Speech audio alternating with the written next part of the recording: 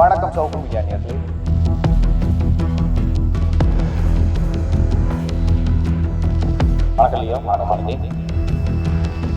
எனக்கு மட்டுமல்லாமல் என்னை சுற்றி இருப்பவர்களின் உயிருக்கும் ஆபத்து என்கிற போது யூடியூபர் சவுக்கு சங்கர் கைது செய்யப்பட்டிருந்த நிலையில் தாராபுரம் வழியாக கோவை மத்திய சிறைக்கு போலீஸ் வாகனத்தில் அழைத்து செல்லும் போது வாகனம் விபத்தில் சிக்கியது.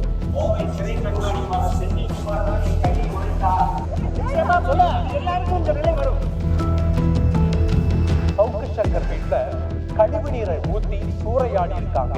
சவுக்கு சங்கர் வீட்டில் நான் தான் எல்லாத்தையும் பண்ணேன்னு சொல்லிடுவேன் என்று அமைச்சர் அவர் மிரட்டுகிறார் என்றால் 10 போலீஸ் ஜீப்ல போய் ஒரு ஜேர்னலிஸ்டோட வீட்டுக்கு போய் பைக்கை சீஸ் பண்ண வேண்டிய தேவை என்ன? தமிழக அரசின் பொம்மை முதல்வர் வேடிக்கை பார்த்து கொண்டிருக்கிறார்.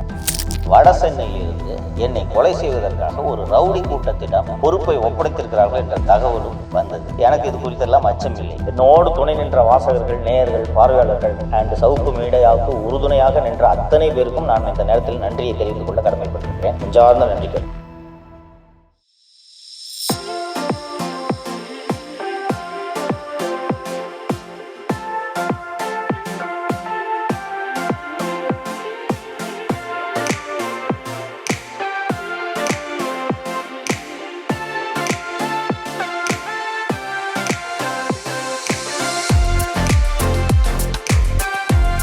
வணக்கம் சவுக்கு மீடியா நேயர்களே. அரசியல் அரட்டை 100வது எபிசோடில் உங்களை சந்திப்பதில் மகிழ்ச்சி. இந்த 100வது எபிசோடு என்பதால் உங்களுக்காக பிரத்யேகமாக பின்னாடி பார்ப்பீங்க. ஸோ 3வதுலேருந்து இந்த ஷூட்டை நான் உங்களுக்கு டெலிகாஸ்ட் பண்ணுறோம். ஸோ இங்கே வந்த நோக்கம் என்னென்னா, தொடர்ந்து நம்ம ஸ்டுடியோவிலே எடுத்துருந்தோம். டி நகர் ஸ்டுடியோ, அதுக்கப்புறம் கிண்டி ஸ்டுடியோ அப்படின்னு சொல்லிட்டு 2 ஸ்டுடியோ தொடர்ந்து எடுத்துருந்தோம்.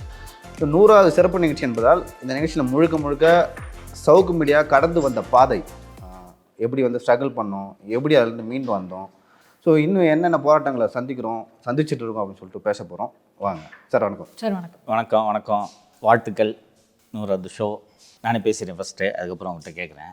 நான் திரும்பி பார்க்காம ஓடிக்கிட்டே இருந்தேன். என்ன, எனக்கு நான் தோற்றக்கூடாதுன்ற வெறி மட்டும்தான் எனக்கு ரொம்ப அதிகம் இருந்துச்சு. ஒவ்வொரு முறை என்னை க்ரஷ் பண்ணும்போதும், இந்த சிஸ்டம் க்ரஷ் பண்ணும்போதும் திருப்பி எந்திரிச்சு நிற்கணும் அப்படின்றது தான். ஸோ இந்த 100th ஷோ இப்படி ஒரு எக்ஸாட்டிக் லொக்கேலில் நம்ம வெற்றிகரமாக இன்றைக்கி ஒரு நின்றுட்டோம், நம்ம சேனல் நின்றுடுச்சு அப்படின்ட்டு நான் நம்புகிறேன். இந்த அளவுக்கு சக்ஸஸ்ஃபுல்லாக 100th ஷோவை இப்படி ஒரு செலிப்ரேட்டரி மோடில் பண்ணுவோன்ற நம்பிக்கையெல்லாம் நான் தொடங்கும் போது எனக்கு இல்லை. எனக்கு ஓடணும், நிற்கக்கூடாது, ஓடணும், என்னை நீங்கள் நிறுத்த முடியாது, என்னை நீங்கள் க்ரஷ் பண்ண முடியாது, இது மட்டும்தான் என் மைண்டில் ஓடிட்டு இருந்துச்சு. நேயர்களுக்கு ஒரு சுவையான ஒரு துணுக்கு ஒன்று சொல்லிடுறேன், அதுக்கப்புறம் டிஸ்கஷனுக்கு போகலாம். ஃபஸ்ட்டு நாள் இந்த ஷோவுக்கு நானும் லியோ உட்காந்து தான் எப்பவும் பேசிகிட்டு இருப்போம். ஸோ இந்த அரசியல் அரட்டை ஃபார்மேட் ஏற்கனவே நம்ம பழைய சேனல்லையும் பண்ணிகிட்டு இருந்தோம். ஸோ அரசியல் அரட்டை ஃபார்மேட்டில் அவங்க மாலதி அவர்களை அமர வைக்கணும் அப்படின்னு சொல்லிட்டு எனக்கு மனசுக்கு தோணுச்சு. சரின்னு உட்கார வைக்கலான்னு மாலதிக்கிட்ட சொல்லும்போது மாலதி மனதளவில் தயாராகவில்லை. ஏன்னா லாங் பிரேக்கு கெரியர்லேருந்து விட்டுட்டாங்க, டிவிலாம் விட்டுட்டு சமையல் அறையில் தன்னை முடக்கி கொண்டார். நானும் வாங்க, ஏற்கனவே பண்ணது தானே, யூ கேன் லேர்ன் அப்படின்ட்டு சொன்னால், இல்லை அதெல்லாம் முடியாது, எனக்கு மைண்டு ப்ரிப்பேர் பண்ணுறதுக்கு எனக்கு 1 வாரம் வேணும் அப்படின்னு சொன்னோன்னா, ஒரு நாள் இதுக்கெல்லாம் டைம் இல்லை. எந்த நான் சொல்கிறேன் இல்லை, எனக்கு வேகம், ஓடணும், நிறுத்தக்கூடாது, கேப் விடக்கூடாதுன்ட்டு. ஸோ ஒரு நாள் நான் வந்து தான் ஆகணும்னு சொல்லிட்டு ஷோவில் வம்பு பண்ணி ஃபஸ்ட்டு ஷோவை இப்போ திருப்பி போய் பார்த்தீங்கன்னா தெரியும், போய் ஷோவில் உட்கார வச்சு ஷூட்டை முடிச்சுட்டு வீட்டுக்கு போகும்போது ஒரே அழுக. திருப்தியே இல்லை, நான் ரெடி இல்லை, நான் இந்த வேலைக்கு லாய்க்கு இல்லை, அது வரமாட்டேன், நான் என்னை போய் இப்படி வம்பு பண்ணி என்னை மிரட்டி இந்த ஷோவில் உட்கார வச்சேன் அப்படின்னு ஒரே அழுக.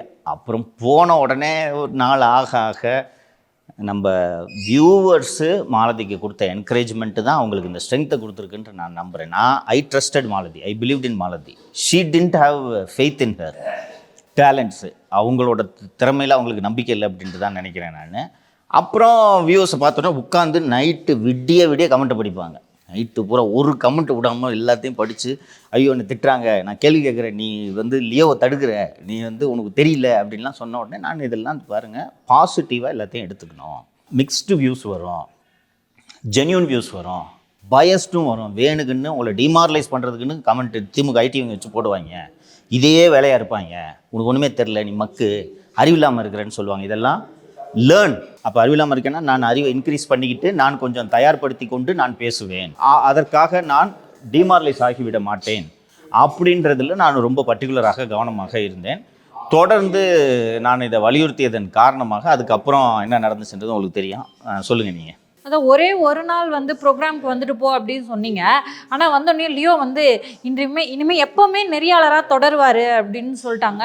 அது வந்து ரொம்ப மனசு கஷ்டமாக இருந்துச்சு. இன்னும் ப்ரிப்பேர் பண்ணல அப்படின்ற மாதிரி விஷயங்கள். இன்னொன்று, எப்போவுமே போலீஸு சிக்கல் அப்போ தான் வந்து ரொம்ப கேரக்டர் லெவலில் ரொம்ப அசாசினேட் பண்ணியிருக்காங்க. அந்த ஒரு கஷ்டம்லாம் இருந்தது. ஸோ திரும்ப வரும்போது ரொம்ப குழப்பமாக இருந்தது.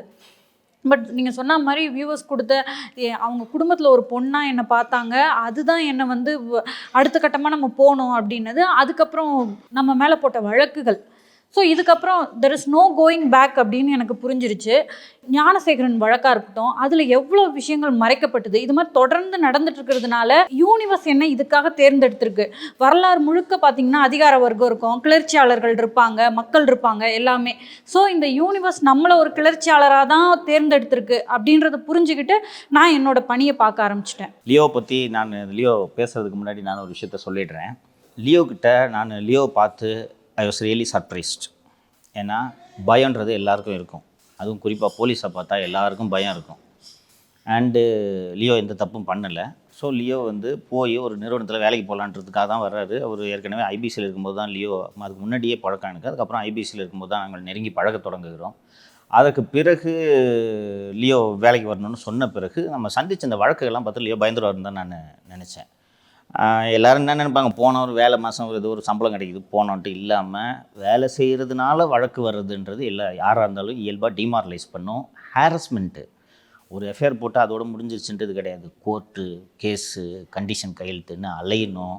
சைக்காலஜிக்கலாக உங்களை போட்டு உழுக்கி எடுத்துரும் இந்த சிஸ்டம். ஸோ நான் லியோ கிட்ட ஏதாவது ஒரு தயக்கம் இருக்கா அப்படின்ட்டுலாம் இருக்கும்போது லியோ வந்து சார் வாங்க சார் போகலாம், என்ன சார் வாங்க சார் அப்படி தான் சார் வரும் கேஸு. ஸோ அந்த லியோ கிட்ட வந்து செல்ஃப் கான்ஃபிடென்ஸை பார்த்தேன். நான் தப்பு பண்ணல, அப்படி இருக்கும்போது எதுக்காக நான் பயப்படணும், அந்த கான்ஃபிடென்ஸை தான் நான் பார்த்தேன்.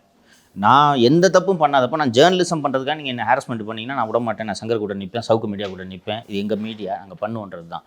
Please continue. சரி, அதை தாண்டி வந்து சரி, நான் படித்த ஸ்கூல்லேயும் சரி காலேஜ் சரி என்ன சொல்லி கொடுத்தாங்கன்னா, சமூகத்தில் வந்து யாராவது வந்து ஒடுக்கப்படுறாங்க இல்லை நசுக்கப்படுறாங்க, ஏதோ ஒரு காரணத்துக்காக ஒதுக்கி போடுறாங்கன்னா, இப்போ அன்னை தெரசா வந்து என்ன பண்ணாங்க, யார் லைக் எப்படி சொல்கிறது, இங்கே இந்திய சமூகம் வந்து ஒட்டுமொத்தமாக வந்து யாரையோ ஒதுக்குனாங்க. அவங்க வந்து லைக் அவங்களுக்கு கை கொடுத்தாங்க. அந்த மாதிரி வந்து ஆங்கிலேயர்கள் வந்தாங்க. இங்கே வந்து ஒரு குறிப்பிட்ட சமூகத்துக்கு வந்து கல்வி அறிவே வந்து கொடுக்கல, அவங்களுக்கு கொடுக்கட்டான்னு சொன்னாங்க. மெக்காலே வந்து தானே வந்து புதிய கல்வி திட்டம். ஒரு பக்கம் வந்து இஸ்லாமியர்களுக்கு பள்ளிவாசலில் இருந்து கொடுத்தாங்க, இந்துக்களுக்கு வந்து குருகுலத்து மூலம் கல்வி கொடுத்தாங்க. இப்போ ஒரு சமூகம் வந்து நீங்கள் கல்வியே கேட்கக்கூடாதுன்னாங்க, பட் அவங்களுக்கு வந்து கல்வி கொடுத்தாங்க. அந்த மாதிரி வந்து சங்கர் கூட போகக்கூடாது. ஆக்சுவலாக இங்கே இருக்கிற நாம் எப்படி சொல்கிறது, ஒட்டுமொத்த சமூகம்னா இங்கே இருக்கிற ஜேர்னலிஸ்ட் குரூப்பே, இங்கே இருக்கிற மீடியாஸே அப்படி தான் பார்த்தாங்க. இன்றைக்கி வரைக்கும் அந்த பயஸ் இருக்குது. போக தயங்குறாங்க. யாராச்சும் ஒரு ஜேர்னலிஸ்ட் வந்து சீனியர் ஜேர்னலிஸ்ட் வந்து பேட்டி கொடுத்துட்டா, எதுக்கு அங்கே போனீங்க, ஏன் பேட்டி கொடுத்தீங்க அப்படின்னு சொல்லிட்டு, எதுக்கு ஒதுக்கி வைக்கிறாங்க, ஏன் அப்படி பண்ணுறாங்க அப்படின்னு சொல்லிட்டு எனக்குள்ளே கேள்வி. சரி, அப்படி இருக்கும்போது நம்ம போகலாம். இப்போ நம்ம போகிறதெல்லாம் என்ன ஆகிட போகுது, நம்ம போய் சப்போர்ட் பண்ணலாம். ஸோ அந்த மாதிரியான ஒரு எண்ணம் எனக்கு இருந்தது. எங்கள் வீட்லேயும் வந்து ஃபுல்லாக அதை அக்செப்ட் பண்ணிக்கிட்டாங்க. எதுக்கு இப்படி பண்ணிட்டுருக்காங்க அப்படின்னு சொல்லிட்டு எங்கள் வீட்டிலேருந்து ஃபுல் சப்போர்ட் எனக்கு பண்ணாங்க. ஸோ நம்ம கை விட்டுறக்கூடாது. லைக் அதிகபட்சம் என்ன பண்ணுவாங்க, நம்ம அதை நீங்கள் சொல்கிற மாதிரி நம்ம தப்பே பண்ணலை. எஸ், நம்ம என்ன தப்பு பண்ணால் பயந்து ஒதுங்கலாம். நான் தப்பு பண்ணிட்டேன், இனிமேல் போகக்கூடாது அப்படின்னு சொல்லி நம்ம என்ன தவறு செய்தோம் அப்படின்னு ஒரு விஷயம் இருக்குது. ஸோ அதனால தான் அது ஒரு காரணம். சரி, யாரும் பேசாத விஷயத்த நான் பார்க்குறேன்ல, சில விஷயங்கள்லாம் வந்து எடுக்க கூட மாட்டாங்க, கிடப்பல் போட்டுருவாங்க, அதை கண்டு கூட மாட்டாங்க. அந்த மாதிரி விஷயங்கள் நம்ம தொடர்ந்து எடுத்து பேசிக்கிட்டு வரோம். ஃபார் எக்ஸாம்பிள் வந்து பரந்தூர் அந்த விவகாரத்தில் தொடர்ந்து அந்த ஊருக்கு வந்து 2 முறை கிளாம்பாக்கம் பரந்தூர் கிளாம்பாக்கம் பிரச்சனை இன்றைக்கி துப்புரவு தொழிலாளிகள் அதுக்காக வந்து நம்ம கொடுத்த வேலை ரொம்ப அதிகம். எஸ், இன்றைக்கி ஒரு நிறைவாக இருக்கு இல்லையோ, நான் குறுக்கிடுறதுக்கு மன்னிக்கணும். இன்றைக்கி வந்து ரொம்ப எவ்வளோ நிறைவாக இருக்குன்னா, அன்றைக்கி அந்த மேட்ரு எடுத்து பேசுனதுனால ஃபஸ்ட்டு 8 வழக்கு, அதுக்கு பிறகு வீட்டில் வந்து சாக்கடை அள்ளி ஊற்றிட்டு போனாங்க, மிரட்டல், இதெல்லாம் தாண்டி இன்றைக்கி உயர்நீதிமன்றத்தில் ஒரு தீர்ப்பு வந்திருக்கு. உண்மையான துப்புரவு தொழிலாளிகளுக்கு தான் இந்த வண்டி போய் சேரணுன்றதை உறுதி செய்யுங்கன்னு சொல்லும்போது ஒரு நிறைவு ஏற்படுது தெரியுமா. இதான்ப்பா ஜேர்னலிசம். இன்றைக்கி நம்ம எடுக்கலப்பா. துப்புரவு தொழிலாளிகளுக்கு அந்த போலியா வக்கீல் எல்லாம் செல்லப்பிறந்தையோட ஆட்கள் வாகனம் வாங்கிய விஷயத்தை நாம் கையில் எடுக்கவில்லை என்றால் என்ன நிலைமைன்னு யோசிச்சு பாருங்கள். இல்லையோ 1 ரூபா 2 ரூபா இல்லை, அந்த துப்புரவு தொழிலாளிங்க பேரை சொல்லி 7 வருஷம் சம்பாதிக்க போகிறாங்க. இந்த ஒப்பந்தம் 7 வருஷத்துக்கு மாலதி, 1 மாதம் 2 மாதம் கிடையாது, 7 வருஷத்துக்கு சம்பாதிக்கிறதுக்காகத்தான் ஒரு ரொம்ப அழகாக பிளானை போட்டு. ஏன்னா படிப்பறிவு இல்லாத தொழிலாளிங்க சாக்கடையில் இறங்குறாங்கன்னா என்ன டிகிரியாக படிச்சிருப்பான், அவங்கள வச்சுட்டு நம்ம நிம்மதியாக சம்பாதிக்கலாம். ஒரு நாளுமே இவர்கள் நம்ம கேள்வி கேட்க போகிறது இல்லைன்ற துணிச்சலில் பண்ணாங்க. நம்ம அதை எடுத்து எவ்வளோ சந்தோஷமாக இருக்குது சொல்லுங்கள். அந்த துப்புரவு தொழிலாளிகளை பற்றி பேசும்போது நம்ம மீதான ஒரு எதிரில் வந்து விமர்சனங்கள் வைக்கப்பட்டுச்சுல, பணத்துக்காக பேசுகிறோம் அப்படின்னு சொல்லிட்டு. நம்ம யாருக்காக பேசுகிறோம்? துப்புரவு தொழிலாளிகளுக்காக பேசுகிறோம். துப்புரவு தொழிலாளிகள் நம்மளுக்கு எப்படி பணம் கொடுக்க முடியும்? அது ஒரு பக்கம். உடனே துப்புரவு தொழிலாளிகள் நம்மளுக்கு சப்போர்ட் பண்ணாங்கல்ல, சவுக்கு சங்கர் கரெக்டாக தான் பேசுகிறாரு. அவர் சொன்ன மாதிரி வண்டிகள், கொடுக்கப்பட்ட வண்டிகள் எங்களுக்கு வந்து சேரலை அப்படின்ற ஒரு விஷயம், இது எல்லாமே சோஷியல் மீடியாவில் உடனே நீதி கிடைச்சதா நான் பார்க்குறேன். அதுக்கப்புறம் நீங்கள் போட்ட பொதுநல வழக்கு உடனே அவங்களுக்கு வந்து சட்டப்படி நீதி அரசர்கள் வந்து இந்த துப்புரவு தொழிலாளிகளுக்கு தான் அந்த வண்டி போய் சேரணும் அப்படின்ற நீதியை மேக் ஷூர் பண்ணியிருக்காங்க. தொடக்கத்திலேருந்தே ஒரு எல்லாத்தையும் கொஞ்சம் ரீகால் பண்ணால் நல்லாயிருக்கும் அப்படின்ட்டு நினைக்கிறேன். தொடக்கத்தில் இந்த சேனலை தொடங்கலாம் அப்படின்ட்டு, இப்போ நம்ம இந்த சவுக்கு மீடியா சேனலில் தொடங்கலாம் என்ற யோசனையே இல்லை. ஏனென்றால் கைது செய்யப்பட்டப்போ நம்ம சேனலோட மெயில் அக்கௌண்ட் இருக்கும்ல, அந்த யூடியூப்க்கான ஒரு கூகுள் அக்கௌண்ட்டு, அந்த அக்கௌண்ட்டை வருண்குமார் டெலிட்டே பண்ணிட்டார். பாஸ்வேர்டை வாங்கி அந்த அக்கௌண்ட்டு டெலிட்டடு. இவங்களோட நினைப்பு பாருங்கள் எப்படி இருக்குன்னு. சேனலை டெலிட் பண்ணானா இதோட எந்திரிக்க முடியாது என்று.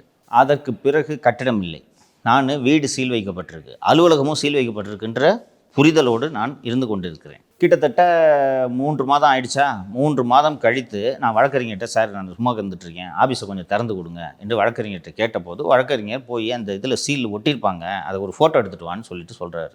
சரின்னு போய் ஃபோட்டோ எடுக்கலான்னு பார்த்தா, அப்போது அதை படிக்கும்போது தான் தெரிகிறது, கட்டிட உரிமையாளரிடம் காவல்துறை சாவியை ஒப்படைத்து விட்டு சென்றிருக்கு, அதை சீல் வைக்கல. இந்த கட்டிட உரிமையாளர் சாவி என்னிடம் இருக்கிறது என்ற விவகாரத்தை கடைசி வரை நம்மிடம் சொல்லவில்லை. அதுக்கு பிறகு, சார் என்ன சார் சாவி உங்ககிட்ட இருக்குன்னு சொல்லியிருக்காங்க, ஒரு வாடகை கொடுத்துட்ருக்கீங்க, ஒரு வார்த்தை சொல்லக்கூடாதா என்று கேட்ட உடனே, இருக்குது நீங்கள் கேட்கவே இல்லை அப்படின்றாங்க. நீங்கள் எப்போ சார் சொன்னீங்க சாவி உங்ககிட்ட இருக்குது? நான் தான் சேனலாக போய் ஆஃபீஸ் சீல் வச்சிருக்கு நான் பேசிகிட்டு இருக்கேன், ஒரு வார்த்தை நீங்கள் சொல்லக்கூடாதா என்றதும் அதற்கு பிறகு சாவியை கொடுக்குறாங்க. அதற்கு பிறகு கரண்ட் இல்லை, இன்டர்நெட் போயிடுச்சு.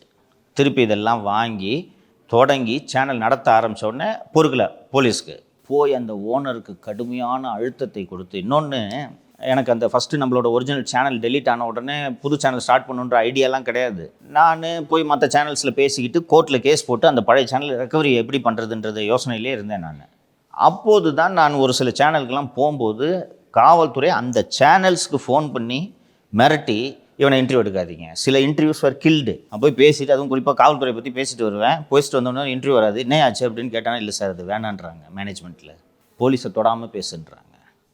அப்புறம் சொன்னோன்னே தான் லியோ கிட்ட சொன்னேன், சார் என்கிட்ட ஒரு சேனல் இருக்குது சார், ஆரம்பிக்கலாம் சார், வாங்க சார் என்று சொல்லி, இந்த கட்டிடம் கிடைக்காத சமயத்தில் லியோவோட நண்பர்களோட கட்டிடங்கள்லாம் போய் பார்த்து அவுட் சோர்ஸ் பண்ணி போய் ஒரு கட்டடத்தில் போய் ஷூட்டிங் பண்ணி முடிச்சுட்டு எடிட்டிங்க்கு சேர்த்து காசை கொடுத்துட்டு வருவோம். ஸோ விடக்கூடாது, ஸ்டார்ட் பண்ணணுன்ட்டு லியோ தான் அந்த ஐடியா கொடுத்தாரு. அப்புறம் ஸ்டார்ட் பண்ணோன்னே அப்புறம் இந்த டி நகர் பில்டிங் இருக்கிறது தெரிஞ்சுது. அப்புறம் பண்ணி அதற்கு பிறகு அவங்க ரொம்ப நெருக்கடி கொடுத்து, நீ காலி பண்ணி அவனு எழுதி கேட்டாங்க, நீங்கள் எழுதுங்க, இந்த டேட்டில் காலி பண்ணுறேன்னு எழுதி கொடுங்க எங்களுக்கு அப்படின்ட்டு ஓனர் நெருக்கடி கொடுத்தார். அதுக்கு பிறகு என்ன பண்ணலாம், வேறு எங்கேயாவது டெம்பரரியாக பண்ணலாம், நானும் லியோ பேசிட்டு இருக்கும்போது தான் வீட்டில் அட்டாக் நடந்தோன்னே அதோடு அதை ட்ராப் பண்ணிவிட்டு அதுக்கப்புறம் விட்டுட்டோம். 1 மாதம் பிரேக் விட்டோமா? ஆமாம், 1 மாதம் கரெக்ட். 1 மாதம் பிரேக் விட்டோம். அதுக்கு பிறகு ஆரம்பிச்சிச்சு. நேயர்கள் நம்மளோட வியூவர்ஸ் தெரிஞ்சுக்கணும், இன்றைக்கு வரை தொடர்ந்து தொல்லையை சந்தித்து கொண்டிருக்கிறோம். இன்றைக்கு வரை நான் மட்டுமல்லாமல் சவுக்கு மீடியாவில் வேலை செய்யக்கூடிய அத்தனை பேரும் கண்காணிப்பில் இருக்கிறார்கள். சேனல் நடத்துறதுக்காக நாம் படுற கஷ்டம் கொஞ்சம் நெஞ்சம் அல்ல. திரு லியோ ஆகட்டும், திரு மாலதி ஆகட்டும், எவ்வளவு நாள் நான் இன்னும் லியோவுக்கு கண்டிஷன் முடியல. 45 நாளைக்கு மேலே நீங்கள் 2 பேரும் கண்டிஷன் கையெழுத்து போட்டீங்க, வெளியூருக்கு போக முடியாது, எங்கேயும் போக முடியாது, காலையில் தினமும் 10:30 மணிக்கு போய் கமிஷன் ஆஃபீஸில் இருக்கணும். அந்த தொல்லையெல்லாம் முடிஞ்சிச்சு, சரி ஓரளவுக்கு நிம்மதியாக இருக்கலாம் என்று இருக்கக்கூடிய நேரத்தில் பார்த்தீர்கள் என்றால், போய் நம்ம கேமராமேன் அண்ட் எடிட்டரோட வீட்டில் போயிட்டு 10 போலீஸ் 15 போலீஸை வச்சு பைக்கை தூக்கிட்டு போகிறது. அதற்கு பிறகு நம்ம எடிட்டர் சுரேஷ் அவர் வீட்டில் போய், சுரேஷே வந்து ஒரு சின்ன ரூமில் குடியிருக்கிறான், அங்கே போய் பேச்சுலர் ரூமில் குடியிருக்கிறான், அங்கே போய் ஓனரிடம் மிரட்டி காலி பண்ணுன்னு சொல்லி நெருக்கடி. இது எல்லாவற்றையும் செய்வது யார் என்று கேட்டீர்கள் என்றால், இது சென்னை மாநகர ஆணையர் திரு அருண் தான். 24 மணி நேரமும் உங்களை பற்றியே சிந்தித்து கொண்டிருக்கிறார். வேறு சிந்தனையே அவருக்கு இல்லை. எந்தெந்த வகையிலெல்லாம் தொல்லை கொடுக்கலாம் என்று அவர் சிந்தித்து கொண்டிருக்கிறார். என்னென்னா, சுரேஷ் ஒரு உழைக்கிறான், அவன் வந்து ஒரு கம்பெனியில் வேலை செஞ்சு உழைச்சி சம்பாதிக்கணும் அப்படின்னு சொல்லிட்டு அந்த வாங்கிய அந்த ஊதியத்தில் அவன் போய் ரூம் எடுக்கிறான். அருணை மாதிரி காசாக்கிறேன்ட்டு மிரட்டியாக வீடு வாங்கிட்டு இருக்கிறான். வந்து ஒரு உழைச்சி நியாயமாக சம்பாரிச்சுக்கிட்டு இருக்காங்க. அவர்களை வந்து அவங்க வேலையை செய்கிறாங்க, நீங்கள் உங்கள் வேலையை செய்கிறது இல்லை, நாங்கள் எங்கள் வேலையை செய்கிறோம், எங்கள் கடமையை செய்கிறோம். இதை விடக்கூடாது என்று அவ்வளவு நெருக்கடிகள் இருக்கிறது. இதெல்லாம் போக எந்த அளவுக்கு இந்த தொடர் கண்காணிப்பு மற்றும் துன்புறுத்தல்களுக்கு நாம் ஆளாகிறோம் என்றால், நான் ஜெயபிரகாஷ் இவங்கெல்லாம் சேர்ந்து இந்த பிரக்யாராஜ் போகலாம் என்று இங்கிருந்து நண்பர்களோடு கிளம்பி பிரக்யாராஜை நோக்கி பயணித்து கொண்டிருக்கும்போது ஹைதராபாத்துக்கு போனோடனே தெலுங்கானா போலீஸ்கிட்ட சொல்லி வண்டியில் ட்ரக் வச்சுருக்காங்கன்னு சொல்லி போய் வண்டியை டீடைன் பண்ணி வண்டி அவங்க 10 முறை எங்கள் லக்கேஜ் எல்லாத்தையும் பிரித்து போட்டு சோதனை பண்ணிட்டாங்க. அப்புறம் எல்லா டோல் பூத்துலேயும் நோட்டீஸ் கொடுத்துட்டாங்க, இந்த வண்டி வந்தாலும் டீடைன் பண்ணு. நாங்கள் எங்கள் வண்டி போனோடனே ரெட் எரியுது, திறக்க மாட்டேங்குது. டோலில் அது ஃபாஸ்டாகில் அமௌண்ட் இருக்குது, திறக்கலை. அப்புறமா இந்த ராமையாப்பேட்டுன்னு நினைக்கிறேன் அந்த இன்ஸ்பெக்டர் சொல்கிறாரு, என்ன தான் சார் உங்களுக்கு என்ன தான் சார் பிரச்சனை, யார் சார் நீங்கள்? இந்த மாதிரி ஜேர்னலிஸ்ட்டுங்க அப்படின்னு சொன்ன உடனே, எதுக்கு சார் எங்களை பிடிச்சிங்கன்னா, சார் எங்களுக்கு எதுவுமே தெரியாது, பிடிக்க சொன்னாங்க. சரி பிடிச்சிங்க, என்ன சார் கேஸ் போடுங்க, என்ன கேஸுன்னு போடுங்க என்று சொன்னதும், இல்லை என்ன கேஸ் போடுறதுனே தெரியலிங்க, உங்களை டீடைன் பண்ண சொன்னாங்க, வண்டி யாரையோ இடித்து ஆக்சிடென்ட் பண்ணிட்டீங்கன்னு சொன்னாங்க, நீங்கள் ரூட் எடுத்து பாருங்கள், டோலில் ஏன் நிற்காமல் வந்தீங்கன்னா, டோலில் எப்படி சார் நிற்காமல் வர முடியும், என்ன அஃபென்ஸ்ன்னு சொல்லுங்கன்னா, அப்புறம் கடைசியாக டீலாம் கொடுத்துட்டு கடைசியாக சொல்கிறார், இல்லை சார் எங்களுக்கு எங்கள் எஸ்பிக்கு ஃபோன் வந்துச்சு உங்கள் வண்டியை டீடைன் பண்ணணுன்ட்டு. அப்புறம் சரி என்ன பேசிஸில் சார் டீடைன் பண்ணுவீங்க, நீங்கள் அரெஸ்ட் பண்ணிங்கன்னா ரிமாண்ட் பண்ணுங்கள், நான் பார்த்துக்கிறேன்.